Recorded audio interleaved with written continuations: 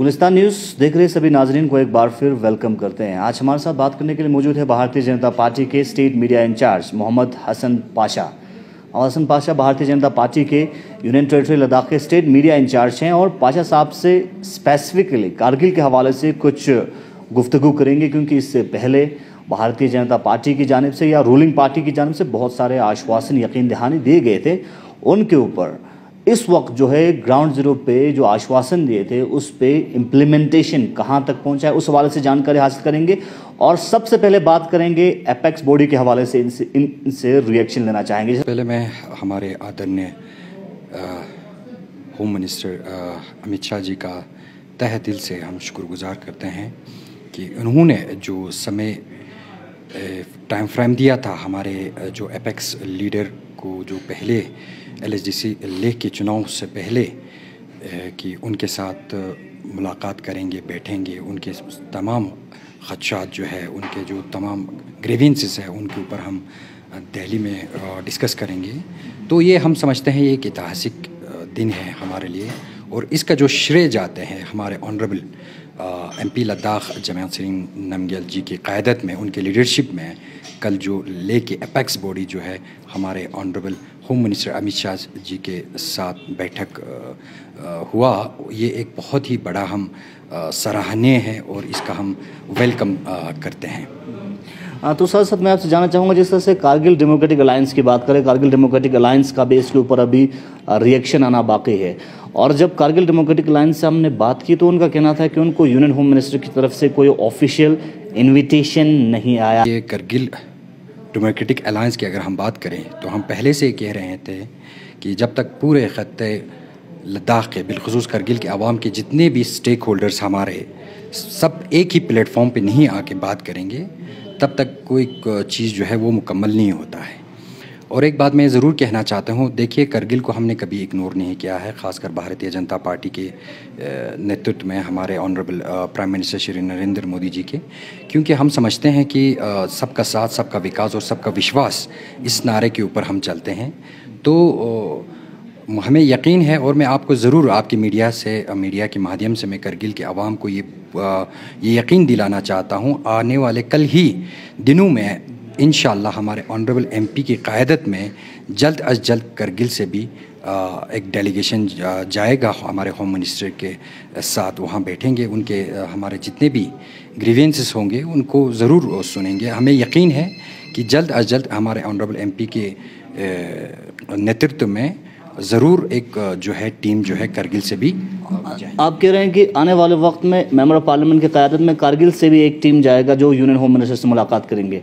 उस टीम में Kargil democratic alliance हो, देखिए कारगिल के स्टेक होल्डर्स होंगे और सारे होंगे, हम किसी को अलग करके नहीं लेके जाएंगे। सारे स्टेक होल्डर जिसमें हमारे द्रास से लेके ज़ांस्कर से लेके हमारे बुतखरबू मुल्कबेग से लेके हमारे शकर चिकतन से लेके जितने भी हमारे वहाँ के रिलीजियस और पॉलिटिकल ऑर्गेनाइजेशंस हैं, उन तमाम को हम लेके हम हमारे ऑनरेबल MP के लीडरशिप में हम ज़रूर मिलेंगे। क्या इस हवाले से KDA के साथ आप लोगों की बातचीत हुई है आने वाले वक्त में HM से मुलाकात करने की? देखिए KDA में हम पहले से कह रहे थे, ये एक हमें पता नहीं है KDA का क्या एजेंडा है, वो उनका क्या उनका ट्रैक्ट है, उनका क्या विजन है। देखिए KDA का जो वजूद जो आया है वो हमारे नोटिस में नहीं है। हम बार बार पहले से ही आपको ये कह रहे हैं कि ये हमें इनसे हम कभी उन्होंने हमें इन्विटेशन नहीं दिया, ना इन्होंने कभी हमें बुलाया। तो अगर उनको लगता है कि हमें भी इन्वॉल्व करना चाहिए तो हम ज़रूर हमेशा हम तैयार हैं बातचीत करने के लिए। तो कब HM से कारगिल के डेलीगेशन मुलाकात कर सकते हैं? देखिए वो आने वाले दिनों में आपको ज़रूर पता चलेगा। इंशाल्लाह हमें यकीन है हमारे MP की क़यादत में ज़रूर मिलेंगे, मैं आपको ये आश्वासन दे सकता हूँ। चलिए, तो बड़ी बात कह रही है हसन पाशा साहब का कहना है कि आने वाले वक्त में कारगिल से भी delegation member of parliament Ladakh की क़यादत में यूनियन होम मिनिस्टर से मुलाकात करने जा रहे हैं। लेकिन अहम चीज़ देखने वाली बात है कि उस मुलाकात के दौरान केडीए का क्या स्टैंड होगा, ये देखने वाली बात अहम होगी। और इस हवाले से हम लगातार कोशिश करेंगे केडीए की भी रिप्रेजेंटेटिव से बात करके। हम आपसे कुछ डेवलपमेंटल एक्टिविटीज़ के हवाले से बातचीत करना चाहूँगा। जिस तरह से विंटर का आगाज़ हो चुका है, स्टॉकिंग के हवाले से अगर हम बात करें, कहीं ना कहीं इंतजामिया का मानना है कि स्टॉकिंग फुल फ्लैश तरीके से किया गया है। दूसरी जानिब हवाई परवास की बात करें, खासकर कारगिल के कॉन्टेक्स्ट में, तो हवाई सतह पे कनेक्ट होना अभी भी बाकी है और MI-17 हेलीकॉप्टर चल रहा है। AN-32 कोरियर सर्विस जो है शुरू होना है, लेकिन उससे लोग कहीं ना कहीं अभी भी खुश नहीं हैं। लोग अभी भी निराश हैं। लोग कह रहे हैं अभी भी हमें एयर कनेक्टिविटी से महरूम रखा गया है। और भाजपा की जानिब जिस तरह से आपकी बात करें, आपकी जानिब से इसके ऊपर आश्वासन देने के बावजूद भी अभी भी उसके ऊपर काम होते हुए नजर नहीं आ रहा। देखिए साथ साथ मैं आपको ये क्लियर करना चाहता हूँ, हमारे टर्नओवर में आप खुद देख सकता है जितना हमारे गवर्नमेंट में हमारे एयरपोर्ट के इशू को लेके जितना काम हुआ है, मुझे नहीं लगता है कि प्रीवियस गवर्नमेंट में कभी ऐसा चीज़ कभी हुआ है। क्योंकि आपको खुद पता है कि जब सेंट्रल गवर्नमेंट ने एक स्कीम जारी किया था पूरा नेशनल वाइड में, वो उड़ान स्कीम था। उसमें सबसे पहले प्रायोरिटी कारगिल और लेह डिस्ट्रिक्ट को दिया गया था, और ख़ासकर करगिल एयरपोर्ट को। और करगिल के एयरपोर्ट को इसलिए भी दिया था क्योंकि एक ये स्ट्रेटेजिकली बहुत डिफेंस के लिए ऐसे भी एक बहुत इंपॉर्टेंट रोल प्ले करता है। तो इसके लिए भी मैं एक बात आपको ज़रूर कहना चाहता हूँ कि देखिए माजी में जो काम हुआ है, आप अगर इतिहास में थोड़ा सा आप देखेंगे तो करगिल एयरपोर्ट आज इस टाइम कहाँ पे है, उसको 20 साल के लिए लीज पे किसने दे दिया, ये एक बहुत बड़ा प्रश्न उठता है। ठीक है, तो आज जो काम नहीं हो रहा है, रुकावट आ रहा है, तो इसमें मेन कारण है जिन लोगों ने इसको लीज पे दे दिया है, ये वो लोग जिम्मेवार है। तो उनसे तो आप भी नहीं कर पा रहे हैं उनकी वजह से।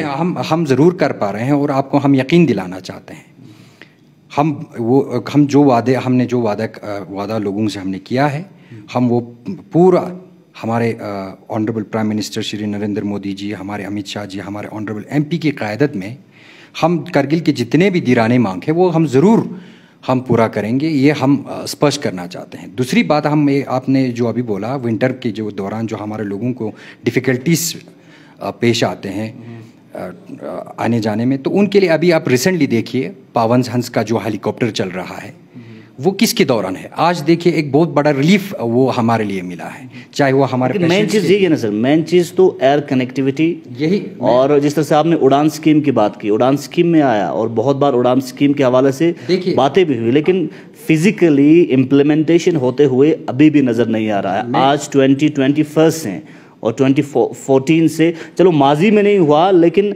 अगर भाजपा की बात करें, भाजपा की जानिब से लगातार आश्वासन देते आ रहे हैं 2014 से, और अभी भी एयर कनेक्टिविटी के लिहाज से लोग महरूम हैं कारगिल के। देखिए मैं आपको यही बताना चाह रहा हूँ, देखिए जब से हमारा गवर्नमेंट आया, इतनी मतलब हमारे एयरपोर्ट को लेके इतना सीरियसली काम हुआ।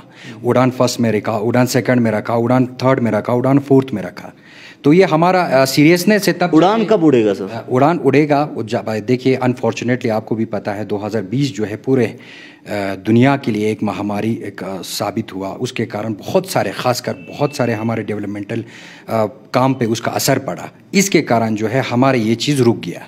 इससे पहले भी आपको पता है 2019 में सेंटर से भी लेवल पे आके उन्होंने सर्वे करके सारा चीज़ करके गया था, लेकिन अनफॉर्चुनेटली 2020 में जो कोविड की वजह से ये चीज़ रुक गया है। और मैं यकीन दिलाना चाहता हूँ, कल ही मेरा कमिश्नर सेक्रेटरी हमारे सिविल एविएशन के हमारे संफिल साहब से मेरा बात हुआ है, उनसे हम लगातार कांटेक्ट में हैं कि कब तक इसका काम जो है शुरू होने वाला है। तो उन्होंने भी हमें एश्योर किया है UT एडमिनिस्ट्रेशन की तरफ से, वो जल्द अज जल्द फास्ट ट्रैक वार फुटिंग पे इसके ऊपर काम करने के लिए वो बिल्कुल आगे काम कर रहे हैं। और मैं आपको यही बताना चाहता हूँ, देखिए एयरपोर्ट अगर डिले हो रहा है तो उसके कारण हम ये नहीं है कि हमने उसके अल्टरनेटिव, अभी देखिए पावन हंस का जो सर्विस चल रहा है हमारा, करगिल टू श्रीनगर जा रहा है, ज़ांस्कर टू ले जा रहा है, ये चीज़ें हमारे लिए एक बहुत बड़ी अचीवमेंट है।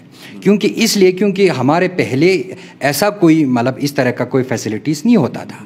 तो हमारे चार्ज इसको लेकर कहीं ना कहीं लोगों में खदशा है। देखिए चार्ज तो ये तो यूटी एडमिनिस्ट्रेशन ने जिस तरीके से हमारे ऊपर इम्प्लीमेंट किया है वो उन्होंने भी बहुत सोच समझ के किया है।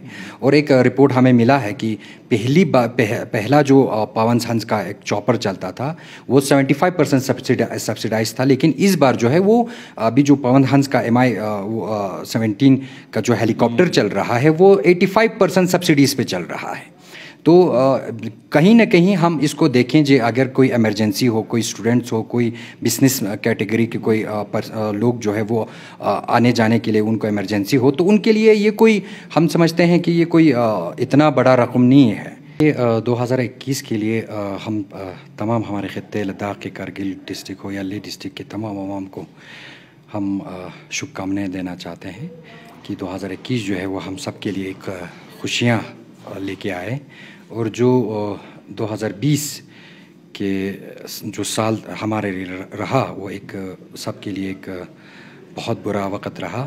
तो हम उम्मीद करते हैं कि ये साल जो है सब के लिए एक बहुत बड़ा फ्रूटफुल और सब के लिए एक खुशियों भरी एक साल साबित हो।